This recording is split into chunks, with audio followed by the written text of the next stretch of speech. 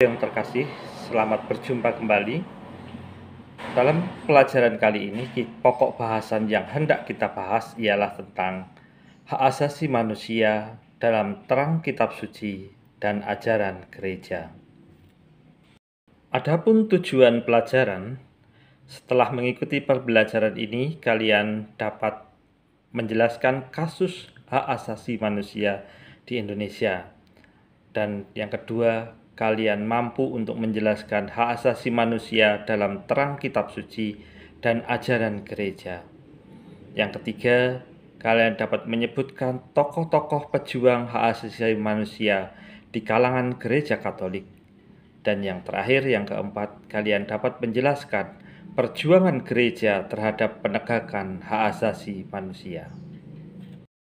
Hal pertama yang hendak kita lakukan ialah mempelajari dengan mengamati situasi hak asasi manusia di tanah air kita.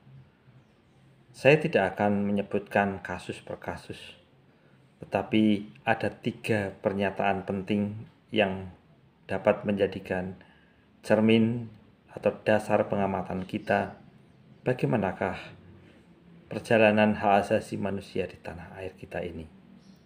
Yang pertama, kalau dikatakan hak asasi manusia dilecehkan oleh orang perorangan, oleh kelompok, atau oleh negara,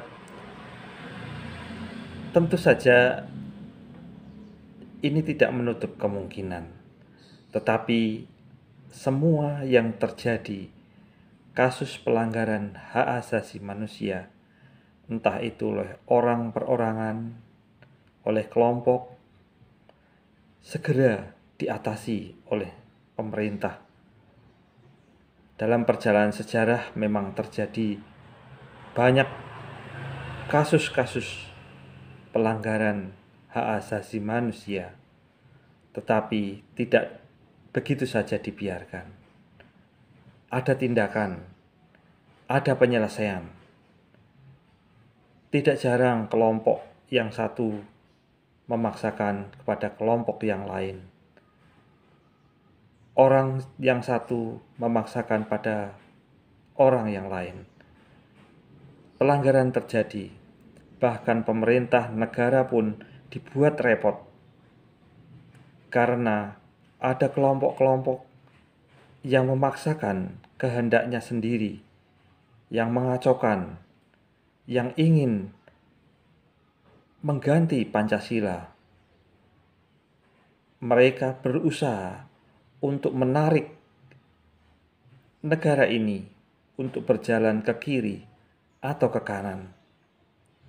Kita sudah mempunyai cukup banyak pelajaran sejarah. Untuk itu, hendaknya menjadi pelajaran bagi kita bahwa dasar negara kita Pancasila adalah jalan terbaik untuk juga menjadi dasar penyelesaian setiap persoalan yang terjadi di negara kita ini. Yang kedua, sejauh manakah budaya patriarki berkembang di Indonesia? Budaya patriarki mengajarkan bahwa garis keturunan anak ditentukan oleh garis dari ayah. Maka semua pranata sosial tentang kehidupan dilatar belakangi oleh pandangan patriarki. Ayah menjadi penentu keturunan, maka dalam proses kehidupan kaum laki-laki menjadi kelompok masyarakat yang berkuasa. Akibatnya, kekuasaan kaum laki-laki menjadi sebuah sistem yang kuat dan dianggap benar. Tentu saja hal ini menjadi sesuatu yang memprihatinkan karena kelompok gender wanita atau perempuan harusnya juga diperlakukan sama, memiliki hak yang sama di dalam masyarakat kita. Untung saja, sejak awal kemerdekaan kita sudah mempunyai pahlawan wanita, pahlawan emansi wanita seperti Raden Ajeng Kartini yang selalu diperingati, di mana nilai-nilai Kesederajatan antara wanita dan pria didengungkan, dikobarkan. Bahkan di Indonesia sendiri, banyak tokoh-tokoh wanita yang menunjukkan perannya di dalam kiprah memajukan bangsa kita ini. Yang ketiga, pembangunan ekonomi, sosial, dan politik. Dunia dewasa ini belum menciptakan kesempatan yang luas bagi orang kecil, melainkan justru mempersempit ruang gerak orang kecil untuk mengungkapkan jati dirinya secara penuh. Pernyataan ini tentu saja bertentangan dengan upaya pembangunan di negara kita, karena pembangunan ekonomi juga memperhatikan bagaimana orang-orang kecil diberikan insentif, diberikan kemudahan untuk berkarya. Justru peraturan-peraturan memudahkan untuk mereka juga hidup. Jadi partisipasi orang-orang kecil benar-benar dalam pembangunan di Indonesia sangat terbuka lebar. Juga pembangunan sosial, bagaimana masalah-masalah sosial yang terjadi diselesaikan. Entah itu secara bersama dalam wadah swasta maupun oleh pemerintah. Di bidang politik, pemerintah selalu mencoba untuk membangun kehidupan politik yang semakin baik. Kelompok-kelompok yang berorientasi pada pandangan politik yang menyimpang dari ideologi negara Pancasila sudah sedemikian rupa diatasi, sehingga menjamin sekali bahwa kehidupan perpolitikan di negara kita menjadi lebih sehat, karena gerakan ke depan pembangunan ekonomi, pembangunan sosial, pembangunan politik harus benar-benar berorientasi untuk memajukan kesejahteraan masyarakat, bukan lagi untuk pertikaian satu dengan yang lainnya, melainkan untuk mengubah, menaikkan derajat kehidupan masyarakat seluruhnya agar menjadi lebih sejahtera. Kita memilih pemimpin-pemimpin yang terbaik, yang bisa membawa kemakmuran untuk rakyat Indonesia. Selanjutnya, kita hendak mendalami ajaran kitab suci dan ajaran gereja tentang hak asasi manusia. Anak-anakku yang terkasih, dalam Kitab Keluaran bab 3 ayat 7-8 di sana dikisahkan, Tuhan berfirman, Aku telah memperhatikan dengan sungguh kesengsaraan umatku di tanah Mesir, dan aku telah mendengar seruan mereka yang disebabkan oleh pengerah-pengerah mereka. Ya, aku mengetahui penderitaan mereka. Sebab itu aku telah turun untuk melepaskan mereka dari tangan orang Mesir dan menuntun mereka keluar dari negeri itu ke suatu negeri yang baik dan luas, suatu negeri yang berlimpah-limpah susu dan madunya, ke tempat orang Kanaan, orang Het, orang Amori, orang Feris, orang Hewi, dan orang Yebus. Dari kutipan ini kita bisa melihat bagaimana kisah yang digambarkan oleh Musa ini. Allah begitu memperhatikan umatnya.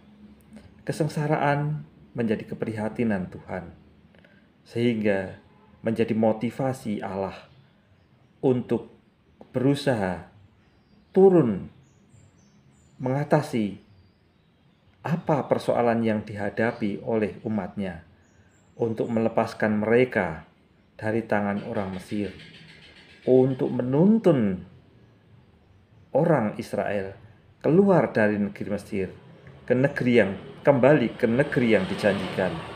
Karena pada awalnya orang-orang Israel datang ke Mesir untuk mencari perlindungan karena bencana yang terjadi, bencana kelaparan yang terjadi di tanah Kanaan, sehingga ia datang ke Mesir. Namun demikian, nasib mereka yang buruk membuat Allah prihatin dan ingin mengembalikan mereka ke tanah terjanji. Berikutnya kutipan Yesaya bab 10 ayat 1-2. Celakalah mereka yang menentukan ketetapan-ketetapan yang tidak adil, dan mereka yang mengeluarkan keputusan kelaliman untuk menghalang-halangi orang-orang lemah mendapatkan keadilan, dan untuk merebut orang-orang sengsara di antara umatku, supaya mereka dapat merampas milik janda-janda dapat menjarah anak yatim. Anak-anakku terkasih, dalam kitab Yesaya ini kita melihat bagaimana kecaman ditujukan karena adanya orang-orang yang berusaha menentukan ketetapan-ketetapan tetapi tidak adil. Orang yang melanggar keadilan tentu merampas hak orang lain. Karena itu juga kepada mereka yang mengeluarkan keputusan-keputusan kelaliman, keputusan-keputusan yang memojokkan pihak-pihak lain, yang memojokkan orang-orang sehingga mereka tidak berkembang. Keputusan-keputusan semacam itu bertentangan juga dengan hak asasi manusia, dan ini terjadi pada zaman Nabi Yesaya. Juga keputusan itu menghalang-halangi orang-orang lemah untuk mendapatkan keadilan.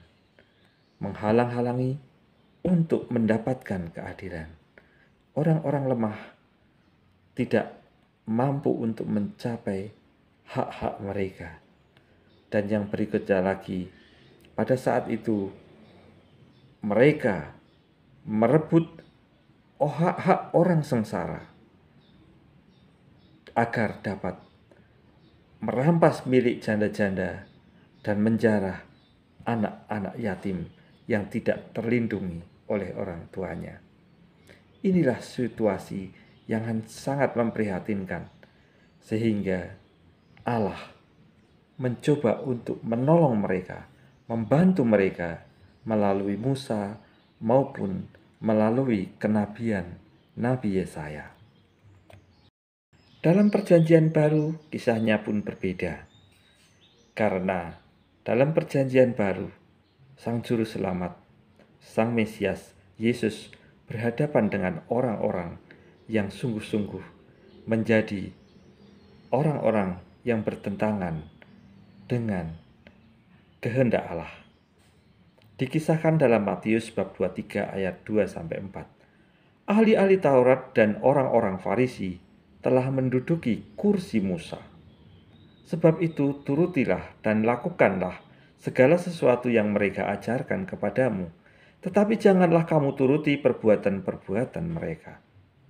Karena mereka mengajarkan tetapi tidak melakukannya. Mereka mengikatkan beban-beban berat, lalu meletakkannya di atas bahu orang, tetapi mereka sendiri tidak mau. Yesus mengecam ahli-ahli Taurat dan orang-orang Farisi. Kelompok-kelompok ahli Taurat dan orang Farisi ini adalah memiliki jabatan yang penting dalam konstelasi orang-orang Yahudi, karena mereka menduduki kursi Musa. Dalam arti ini, mereka memiliki hak dan wewenang untuk menentukan ajaran-ajaran dan juga untuk menentukan sejauh mana harus dilakukan dalam kehidupan di tengah-tengah umat. Tetapi Yesus memberikan nasihat kepada orang-orang murid-muridnya untuk mentaati, melakukan apa yang diajarkan orang-orang Farisi dan orang-orang ahli-ahli Taurat, tetapi tidak mencontoh perbuatan-perbuatan mereka karena hal-hal yang bertentangan dengan hak asasi manusia.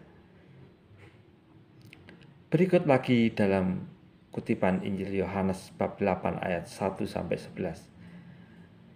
Dikatakan, Yesus pergi ke Bukit Zaitun. Pagi-pagi benar Yesus berada di bait Allah, dan seluruh rakyat datang kepadanya. Ia duduk dan mengajar mereka. Maka ahli-ahli Taurat dan orang-orang Farisi membawa kepadanya seorang perempuan yang kedapatan berbuat zina. Lagi-lagi kasus terjadi. Pagi-pagi saat Yesus berada di bait Allah, ia mengajar orang-orang, tetapi datanglah ahli-ahli Taurat dan orang-orang Farisi yang mencoba untuk menjebak Yesus dengan kasus yang dibawanya kepada dia. Bagaimanakah sikap Yesus pada seorang wanita yang kedapatan berbuat zina? Karena dalam hukum Taurat dikatakan orang yang berbuat zina harus dihukum rajam, dihukum mati dengan dilempari batu. Dan Yesus sendiri kemudian mencoba untuk bertanya kepada mereka, siapa yang tidak bersalah, hendaklah dia melemparkan batu yang pertama kali kepada wanita ini. Tetapi apa yang terjadi? Mereka satu persatu mundur. Mereka satu persatu tidak berani untuk melemparkan batu. Sehingga tinggallah Yesus dan wanita itu. Dan Yesus pun berdiri dan menemui wanita itu serta berkata, "Aku, di manakah mereka? Dan aku pun juga tidak menghukum kalian, menghukum kamu. Janganlah berbuat dosa lagi." Kata-kata Yesus tentu saja menyentuh hati wanita ini. Bagaimana Yesus menyelamatkan dia dari kekerasan hukum, kekerasan peraturan yang tidak adil, karena perbuatan semacam ini hanya dikenakan pada kaum wanita, pada kaum perempuan. Tentu saja ini juga tidak adil dan melanggar hak asasi manusia. Selanjutnya, baiklah kalau kita menyimak ajaran gereja tentang hak asasi manusia. Hal ini tertuang dalam Gaudium et Spes artikel 29. Artikel 29 itu berbicara tentang kesamaan hakiki antara semua orang dan keadilan sosial. Dikatakan bahwa semua orang mempunyai kodrat serta asal mula yang sama. Jadi semua orang mempunyai kodrat yang sama dan semua orang mempunyai asal mula yang sama. Semua orang mempunyai jiwa yang berbudi dan diciptakan menurut gambar Allah. Semua orang ditebus oleh Kristus dan mengemban panggilan serta tujuan ilahi yang sama pula. Karena itu, haruslah diakui kesamaan dasariah setiap orang. Memang karena pelbagai kemampuan fisik maupun kemacam ragaman daya kekuatan intelektual dan moral, tidak dapat semua orang disamakan. Tetapi setiap cara diskriminasi dalam hak asasi pribadi, entah bersifat sosial atau budaya, berdasarkan jenis kelamin, suku, warna kulit, kondisi sosial, bahasa, dan agama, harus diatasi dan disingkirkan. Jadi setiap cara diskriminasi harus diatasi dan disingkirkan. Masalahnya karena bertentangan dengan maksud Allah. Sungguh layak disesalkan bahwa hak asasi pribadi itu di mana-mana belum dipertahankan secara utuh dan aman. Seperti bila seorang wanita tidak diakui wewenangnya untuk dengan bebas memilih suaminya dan menempuh status hidupnya atau menempuh pendidikan dan meraih kebudayaan yang sama seperti di pandang wajar bagi pria. Kecuali itu, sungguh pun antara orang-orang terdapat perbedaan-perbedaan yang wajar, tetapi kesamaan martabat pribadi menuntut agar dicapailah kondisi hidup yang lebih manusiawi dan adil. Jadi, walaupun terdapat perbedaan-perbedaan yang wajar, namun kesamaan martabat pribadi setiap orang menuntut adanya pencapaian kondisi hidup yang lebih manusiawi dan adil. Perbedaan-perbedaan yang keterlaluan antara sesama anggota dan bangsa dalam suatu keluarga manusia di bidang ekonomi maupun sosial menimbulkan batu sandungan. Lagi pula berlawanan dengan keadilan sosial, kesamarataan, martabat pribadi manusia pun juga merintangi kedamaian sosial dan internasional. Selanjutnya, lembaga-lembaga manusiawi, baik swasta maupun umum, hendaknya berusaha melayani martabat serta tujuan manusia, seraya sekaligus berjuang dengan gigih, melawan setiap perbudakan, baik sosial maupun politik, serta mengabdi kepada hak asasi manusia di bawah setiap pemerintahan. Bahkan lembaga-lembaga semacam itu lambat laun harus menanggapi kenyataan-kenyataan rohani yang melampaui segala-galanya juga, kalau ada yang kalanya diperlukan waktu cukup lama untuk mencapai tujuan yang dimaksudkan.